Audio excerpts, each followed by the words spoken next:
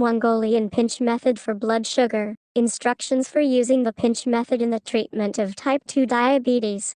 The pinch method is said to be performed by placing the thumb and index finger of one hand just above the wrist of the other hand and then applying a slight amount of pressure to the wrist. This, according to those who advocate for the pinch method. It is said that doing this will cause insulin to be released and will result in the breakdown of glucose. Supporters recommend doing it not only when your blood sugar is high but also on a daily basis as a means of aiding in the control of blood sugar levels. Doing this won't necessarily put you in danger, but the real question is it effective?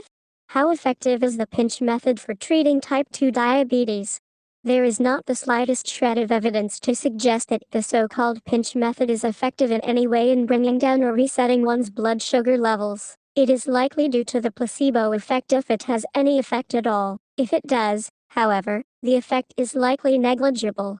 Even though the pinch method in and of itself is completely safe, using it when you are experiencing a spike in blood sugar could cause you to delay more effective measures. This is an illustration of why you should exercise caution when considering alternative treatments that you discover online. It is not possible for simple acupressure to raise insulin levels while simultaneously improving glucose metabolism. The structure is not nearly as straightforward as that suggests.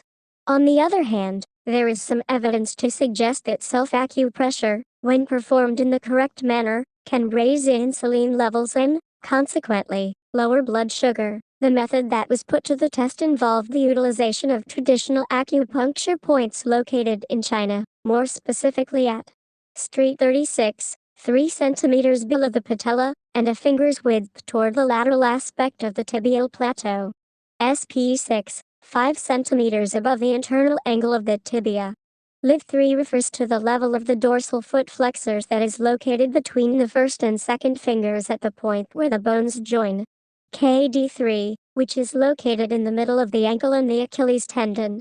The participants were required to undergo training in the proper application of this method, which consisted of 5 minutes of intermittent pressure being applied to each point. It was demonstrated to be effective in lowering blood sugar levels, particularly when combined with transcendental meditation and hypnotherapy.